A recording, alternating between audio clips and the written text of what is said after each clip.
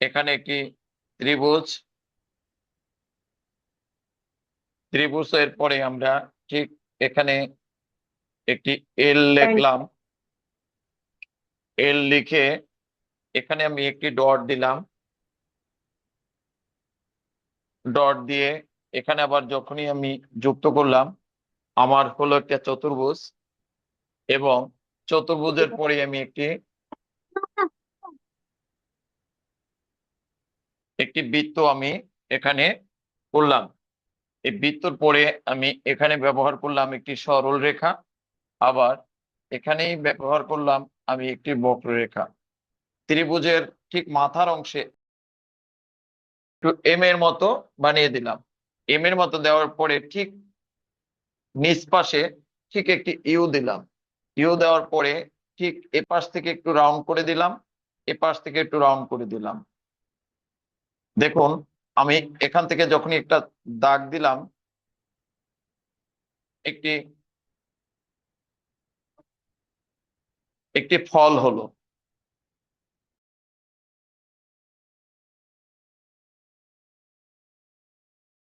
চতুর্ভুজ থেকে কি করছি, এখানে দেখুন দুটা দাগ দিলাম, আর উপরে থেকে একটি দাগ আমরা একটু বাড়িয়ে দিলাম।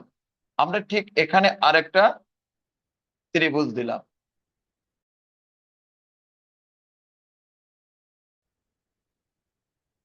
এখানে একটি জানালা দিলাম, এখানে একটি জানালা দিলাম। এখানে দুটা দাগ দিব, এখানে দুটা দাগ দিব, এখানে একটা ভি দিব।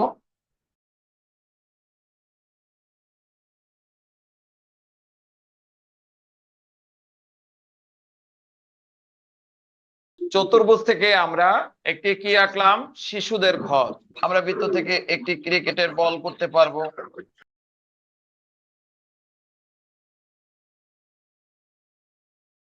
একটি সার্কেল, একটি সার্কেলের মাধ্যমে আমরা খুব সুন্দরভাবে একটি বল করে আমরা এখানে নিচ থেকে একটি দাগ দিলে আমাদের যে একটি বল আমাদের যে একটি সমতলের উপরে রাখা যায়, সেই জন্য আমরা নিচে কিন্তু একটি দাগ ব্যবহার করব।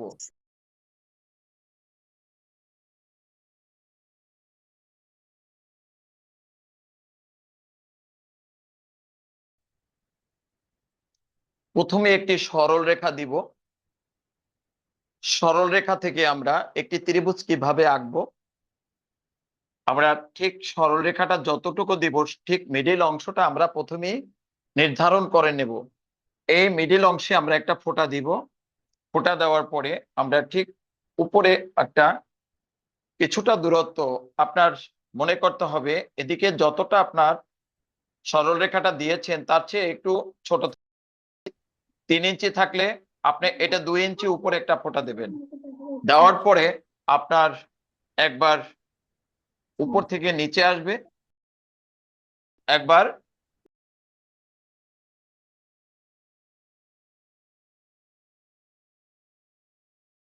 ত্রিভুজ চতুর্ভুজ যোগ করে আমরা একটি ঘর আঁকা শিখবো।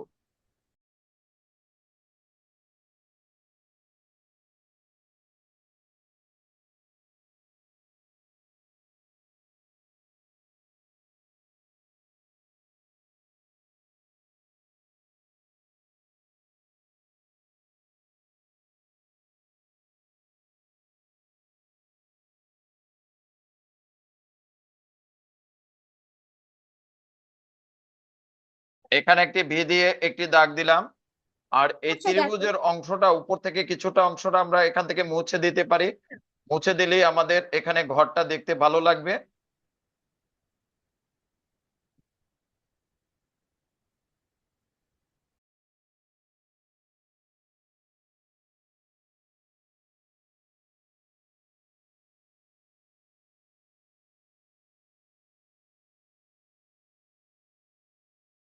এই এখন আমরা কিন্তু আবারও ত্রিভুজে ঢুকবো।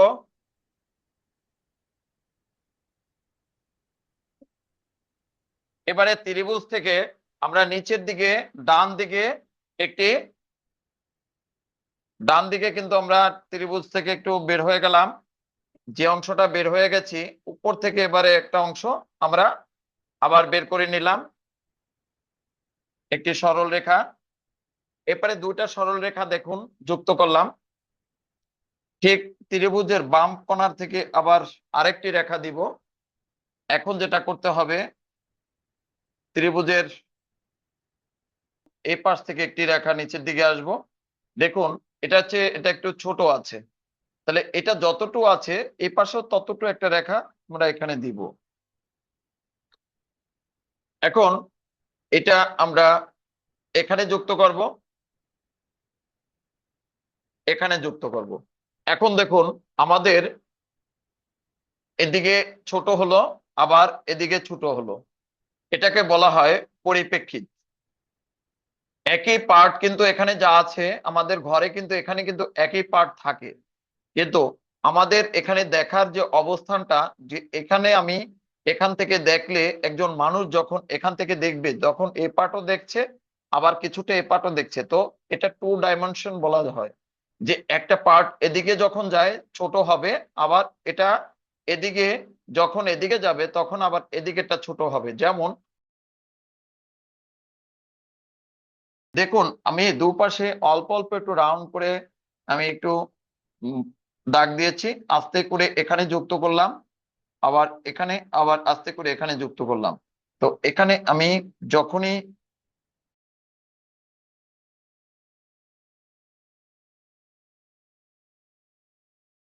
এই ঘরটি থাকবে একদম শিশুরা যারা স্কুলে যায়নি বা প্লেতে পড়ে তাদের জন্য এই ঘরটি থাকবে। আর এই ঘরটি আপনার উপরের ক্লাসে 3 4 পর্যন্ত থাকতে পারে, তারপরে যদি তারপরে আবার ঘর চেঞ্জ হবে। আর যারা এইটা পেরে যাবে তাদের জন্য আরো একটা ঘর দেখাবো। এটা করার পরে কিন্তু এতটুকু মুছে দিতে হবে, এইটার প্রয়োজন হবে না। এটা আমরা এই ত্রিভুজের যে নিচের দাগটা থাকে সেই দাগ অনুযায়ী কিন্তু আমরা কি করব, এখানের উপরের দাগটা কিন্তু আমরা জানালাটা কতটুকু হবে এই শেপটা বের করার জন্য কিন্তু এই ত্রিভুজের এখানে দাগটা আমরা আহ আঁকার পরে ব্যবহারটা করার পরেই আমরা এই জানালাটা করার পরে আমরা মুছে দিব সবসময়ের জন্য। এখান থেকে দুটা দুটা দাগ দিব। এবারে আমাদের এখানে ঘরের পাশে প্রাকৃতিক পরিবেশ, আমাদের ঘরের পাশে যে বিভিন্ন রকমের ঘাস থাকে বা বিভিন্ন রকমের গাছপালা থাকতে পারে, সেই ক্ষেত্রে আপনার অবশ্য করে একটু দুপাশে সবুজ এভাবে ঘাস দেখালে আমাদের ঘরটা আরো সুন্দর হবে। এবারে 3 নম্বর ঘর আমরা আবার আঁকবো। ঠিক ত্রিভুজ,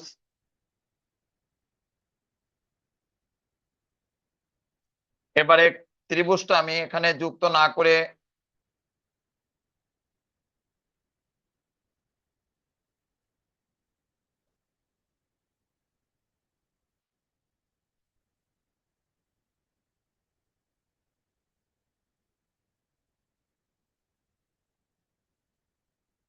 তো দেখুন এখানে যতটুকু আছে এখানে কিন্তু ততটুকুই আমি রেখেছি। এখানেও কিন্তু একইভাবে এভাবে ঘরটা আমরা করব। করার পরে এখানে কাজ আছে, এই এই অবধি থেকে আবার এখান থেকে একটা দাগ নামবে। কোথা থেকে দাগটা নামলো দেখেন, ঘরের যে এখান থেকে বাইরে থেকে ডান পাশ থেকে আমরা অল্প একটু রেখে কিন্তু আমরা কি করছি, এটা সোজা নিচের দিকে একটি দাগ নামিয়েছি। তদ্রূপ আপনার ভাবতে হবে যে এখানে যে উপরে একটি চাল আছে এই চালেরও এপাশ থেকে অতটুকু বাদ দিয়ে একটি রেখা এভাবে নামাতে হবে। কিন্তু এখান থেকে তো চালের জন্য আমরা এই পার্টটা দেখা যাবে না। কোন পার্টটা দেখা যাবে না? এই ড্রয়িংটা দেখা যাবে না, তার জন্য কিন্তু ওখানে আমরা দেইনি, কিন্তু আমি এখন দেখিয়ে দিলাম যাতে আপনাদের বুঝতে সহজ হয়। এরপরে কি করতে হবে, এখান থেকে আরেকটি দাগ আমরা নিচে অবধি পর্যন্ত নামিয়ে নিয়ে আসব। নিয়ে আসার পরে কি করতে হবে, এই অবধি থেকে এখানে এখানে যুক্ত করতে হবে। যুক্ত করার পরে কি করলাম দেখুন, এখানে যুক্ত করতে হবে। এখানে যুক্ত করার পরে বন্ধুরা এই জায়গাটা আমরা রাখবো না, এটা আমরা মুছে দিব। ওটা শুধু দেখাবার জন্য, বোঝার জন্য ওইটা করা হয়েছে।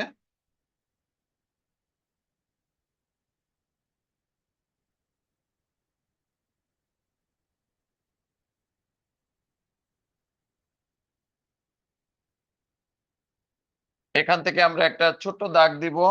দাগ দিয়ে যেটা করতে হবে, এখানে যুক্ত করতে হবে অ্যাঙ্গেল। একটু দেখুন, এই অ্যাঙ্গেল দাগ দেওয়ার পরে এখান থেকে নিচে দাগ দিলাম, এখান থেকে নিচে দাগ দিলাম, এই পাশ থেকে নিচে দাগ দিলাম, এখানে যুক্ত, আবার এখানে যুক্ত।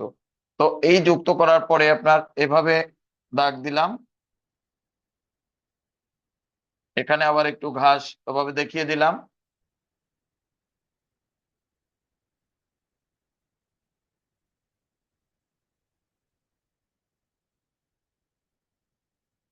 এখানে একটি দরজা দিলাম, এই পাটে একটা জানালা দিব, আবার এ পাশে এরকম তিনটা দাগ দিয়ে দেব। তো বন্ধুরা, এখানে আমরা ঘর তিন প্রকারের আমরা ঘর দেখিয়েছি। এখন এই ঘরটাকে যদি আপনার খড়কুটো হয়, তবে আপনার এভাবে চালকে আপনার খড়কুটোর অর্থাৎ কুড়ে ঘর লেখা হলে অবশ্যই কুড়ে ঘরের এভাবে আপনার সুন্দর করে এভাবে দাগ দিতে হবে। এখন আমরা উপর থেকে একটি এখান থেকে দাগ দিব, আবার এখান থেকে আরেকটি দাগ দিব।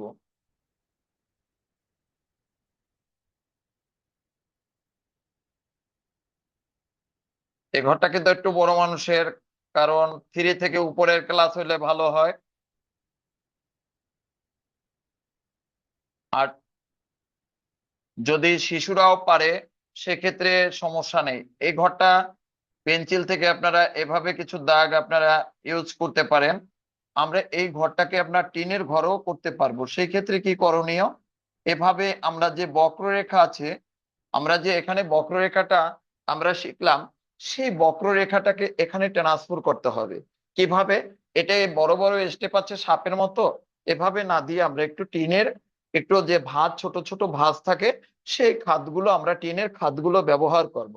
তো বন্ধুরা, এখন কি করতে হবে, এই ক্ষেত্রে উপর থেকে আবার একটি দাগ দিতে হবে। টিনের ঘর হলে এখানে একটু বাড়তি, আবার এখানে বাড়তি।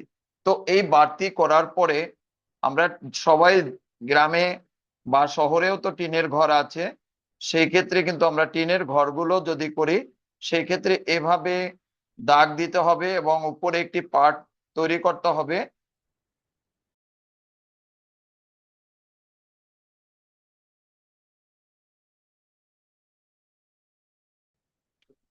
দেখুন বন্ধুরা, এবারে কিন্তু আমরা সুন্দর একটি টিনের ঘর কিন্তু পেয়ে গেলাম। তো এটি কুড়ি ঘরও হতে পারে, আবার এটি টিনের ঘরেও হতে পারে।